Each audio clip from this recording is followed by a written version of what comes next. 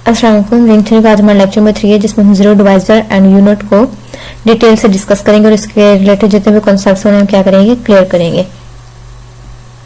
So first of all हम zero divisor को discuss करते हैं। जीरो डिवाइजर की डेफिनेशन वापस क्या है? The product of two non zero element are zero is said to be a zero divisor. इसका सिंपल सा मीनिंग ये है कि दो नॉन जीरो एलिमेंट्स लेने हमने, ठीक है, उनका प्रोडक्ट हमारे पास क्या आना चाहिए? जीरो आना चाहिए, तो हम कहेंगे हमारे पास क्या जीरो डिवाइजर है। हमारे पास रिंग आर है, लेट कर ले, हमारे पास रिंग आर क्या है? हमारे पास रिंग है। इसमें से हमने दो एलिमेंट ले लिए, एक लिया ए और एक लिया है बी, ठीक है। और ये दोनों ही क्या है? नॉन जीरो, मतलब जीरो के इक्वल नहीं है, कोई ना कोई नंबर होंगे जीरो के अलावा, ठीक है। दो नॉन जीरो एलिमेंट ले लिए। अगर हम इन दोनों के मल्टीपल कराएं दोनों को, तो इनकी जो मल्टीप्लीकेशन है किसी इक्वल आनी चाहिए, जीरो के इक्वल आनी चाहिए। तो ये हमारे पास क्या होगा? जीरो डिवाइजर कहलाएगा। ये जिस क्लियर है? तो जीरो डिवाइजर डेफिनेशन क्लियर है। तो इसमें हम एग्जांपल्स जो है वो हमारे पास सिंपल मॉडलों में जो होंगी एग्जांपल्स, वही इसमें क्या करेंगे? सेटिस्फाई करेंगे जीरो डिवाइजर के लिए, ठीक है। अब मॉडलों में भी अगर जेड एन की बात करें हम, तो एन में भी अगर प्राइम नंबर होगा तो हमारे पास ये जीरो डिवाइजर नहीं बनेगा। प्राइम के अलावा कोई भी नंबर ले ले, हम कंपोजिट नंबर कह लें, ठीक है। प्राइम के अलावा कोई भी नंबर ले, वो हमारे पास क्या बनेगा? जीरो डिवाइजर बनेगा। जैसे Z8, Z10, बस प्राइम नंबर नहीं लेना, एन हमारा प्राइम ना हो, फिर वो हमारी किसकी एग्जाम्पल बन जाएगी? जीरो डिवाइजर की। तो जीरो डिवाइजर अगर डेफिनेशन क्लियर है तो हम एग्जाम्पल इसकी डिस्कस करते हैं। बट फर्स्ट ऑफ ऑल हम यूनिट की डेफिनेशन भी डिस्कस कर लेते हैं, ठीक है। अगर यूनिट की सिंपल वर्डिंग में आपको समझाऊं तो हमारे पास क्या है? अंडर मल्टीप्लीकेशन अगर एलिमेंट्स का इनवर्स एग्जिस्ट करता है, अगर अंडर मल्टीप्लीकेशन इनवर्स क्या कर रहा है? एग्जिस्ट कर रहा है एलिमेंट्स का, तो हम कहेंगे हमारे पास क्या है? यूनिट है, ठीक है। अब यहाँ पे डेफिनेशन में भी कहा गया, देखिए एन एलिमेंट ए, कोई हमने एलिमेंट ले लिया ए, किसमें से? रिंग में से, ठीक है, with unity is called invertible और unit.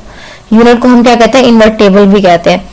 With respect to multiplication if there exist some b belongs to R, हमने कोई आर में से एक और एलिमेंट लिया, एक हमने ये लिया हुआ था ए, जो कि हमारे रिंग से बिलोंग कर रहा था, एक और एलिमेंट लिया हमने रिंग से, इसको हमने बी का नाम दिया, ठीक है। अगर हमने कहा कि ए भी हमारे पास इक्वल हो जाए वन के और वन इक्वल हो जाए बी ए के, तो ये किसकी डेफिनेशन होती थी? इनवर्स की। जब हम इनवर्स फाइंड करते थे तो उनकी जो मल्टीप्लीकेशन वो किसके इक्वल आए? हमारे अंडर मल्टीप्लीकेशन वाले यूनिटी के इक्वल आए, आइडेंटिटी के इक्वल आए, तो हम कहते हैं हमारे पास क्या कर रहा है? इसका इनवर्स एग्जिस्ट कर रहा है। तो इनवर्स की डेफिनेशन अगर अंडर मल्टीप्लीकेशन अगर हमारा इनवर्स एग्जिस्ट कर रहा है जिन एलिमेंट्स का, वो एलिमेंट्स हमारे क्या कहलाएंगे? यूनिट कहलाएंगे।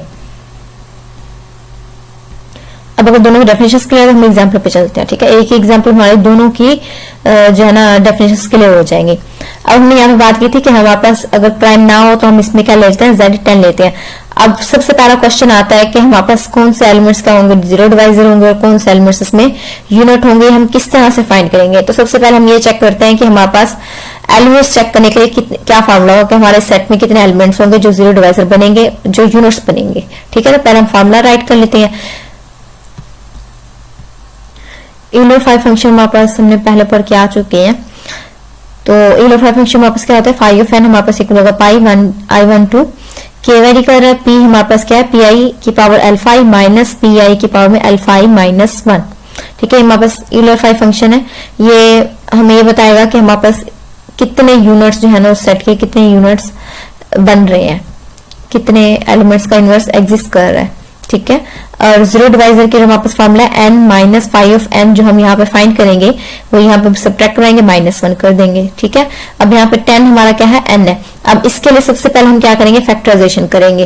तो 10 की फैक्टराइजेशन हमारे पास क्या आएगी? 2 5। तो सिंपल हम यहाँ पे लिख दें 2 मल्टीपल 5। अब ये हमारे पास क्या सिंगल है, इसकी पावर में कुछ भी नहीं है, 2 की पावर भी 1 है और 5 की पावर भी 1 है। अब अगर हमें ये फॉर्मूला अप्लाई करना है यूलर 5 फंक्शन का, तो पहले हम क्या करेंगे? 2 के लिए लिखेंगे 2 की पावर में 1 माइनस 2 की पावर में 1 माइनस 1, -1 ये क्या आ गया? फॉर्मूले वाला आ गया।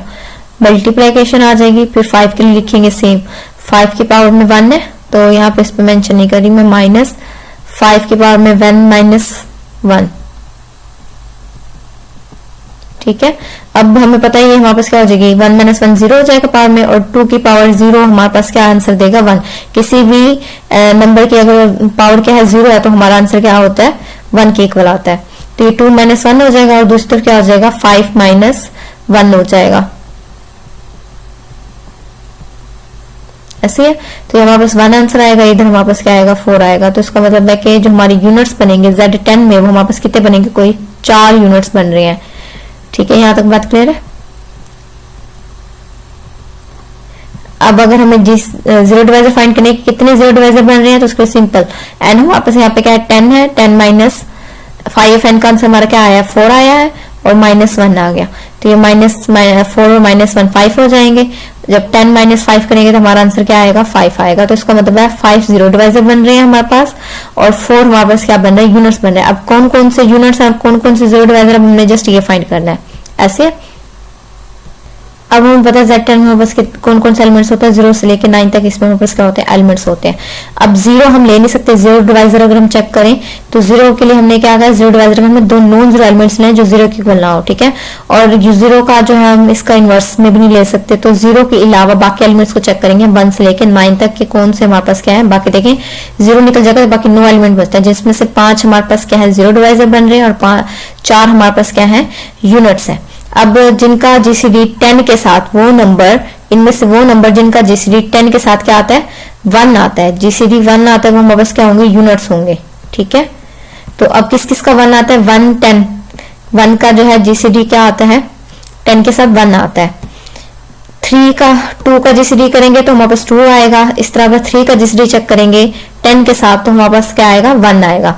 कि 2 और 10 में 2 कॉमन है तो इसका जो GCD बनेगा वो 2 बनेगा। लेकिन अब 3 और 10 में कुछ भी कॉमन नहीं है जिसपे ये दोनों क्या हो जाए, डिवाइड हो जाए, कोई भी कॉमन फैक्टर नहीं निकल रहा, तो इसका मतलब है इन दोनों का क्या है GCD 1 है। इस तरह 4 में भी कॉमन निकलेगा, 4 और 10 में 2 बन जाएगा, GCD 5 और 10 में भी कॉमन आ जाएगा। फिर नेक्स्ट 6 और 10 इसमें भी कोई कॉमन फैक्टर निकल आएंगे। 7 और 10 ये जो है इनका जो GCD है वो क्या बनेगा, हमारे पास 1 आएगा।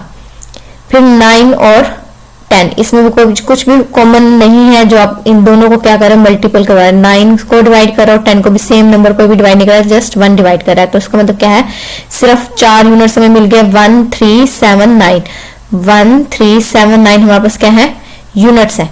अब जो एलिमेंट्स यूनिट्स हैं, यूनिट्स के अलावा, इन एलिमेंट्स के अलावा की जो एलिमेंट्स हैं 0 के अलावा, 0 को हमने निकाल दिया, वो ना यूनिट्स में आएगा ना जीरो डिवाइजर में आएगा। जीरो डिवाइजर में क्योंकि हमें दोनों क्या चाहिए होते हैं, नॉन जीरो एलिमेंट्स चाहिए होते हैं, ऐसी है।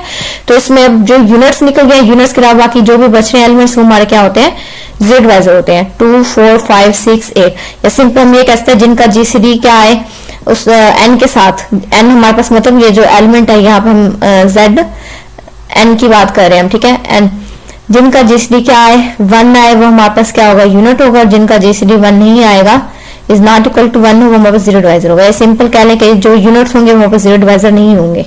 तो ये चीज क्लियर है दोनों की। अब अगर हमें चेक करना हो कि ये किस तरह से हमारे पास जीरो डिवाइजर बन रहे हैं और ये वाले एलिमेंट्स किस तरह से हमारे पास क्या बन रहे हैं, यूनिट्स बन रहे हैं। यूनिट्स के लिए हमने क्या कहा था कि हम 2 को मल्टीपल करवाया और हमारा आंसर किसके इक्वल आना चाहिए, 1 के इक्वल आना चाहिए। अब 7 3 ले लिया हमने, 7 3 को मल्टीपल करवाया, हमारा आंसर क्या था 21 ऐसे। अब इस मॉडुलो अप्लाई करेंगे, मॉडुलो हमारे पास क्या है 10 है। तो जब मॉडुलो अप्लाई करेंगे तो हमारा जो आंसर आएगा वो क्या आएगा 1 आएगा। तो इसी तरह बाकी को जब मल्टीपल करवाएंगे तो हमारा जो रिमाइंडर आएगा वो हमारे पास 1 ही बनेगा। अब अगर यहाँ से हम देख लें 4 को 5 से मल्टीपल कराए तो हमारा आंसर क्या आता है 20 आता है, और 20 पे इसका रिमाइंडर जो है वो 0 बनेगा। तो जीरो डिवाइजर में हमने ये पढ़ा था कि 2 नॉन जीरो एलिमेंट्स लेने और उनका जो आंसर है वो क्या आना चाहिए, 0 आना चाहिए। अगर 5 6 लें तो वापस 30 बनेगा, तो 30 पे रिमाइंडर हमारे पास क्या आएगा 0 आएगा। मॉडुलो 10 लें तो ये दोनों चीजें क्लियर है। एलिमेंट्स को चेक करना भी आएगा हमें कि हम किस तरह देख सकते हैं कि यूनिट्स बन भी रहे हैं कि नहीं बन रहे। अब यूनिट्स की इनफिनाइट एग्जांपल्स को डिस्कस कर लेते हैं। इनफिनाइट एग्जांपल्स में इसकी आती हैं रियल, रैशनल और कॉम्प्लेक्स। ठीक है, ये 3 सेट है हमारे पास, रियल, रैशनल, कॉम्प्लेक्स। ये तीनों हमारे पास क्या बनेंगे, यूनिट बनेंगे। इसमें बाकी तमाम एलिमेंट्स बनेंगे जस्ट 0 के अलावा। 0 हमने पहले ही बता दिया कि क्यों नहीं आना इसमें, 0 के अलावा बाकी तमाम एलिमेंट्स का क्या करेगा, इनमें इनवर्स एग्जिस्ट करेगा इन तीनों सेट में। लेकिन सेट ऑफ इंटीजर में जस्ट हमारे पास क्या है 2 ही यूनिट्स होते हैं, एक -1 और एक 1। तो ये चीज क्लियर है। आज के लेक्चर में हमने डिस्कस करा था, इसमें कोई भी इशू तो आप लोग मुझसे पूछ सकते हैं। अल्लाह हाफिज।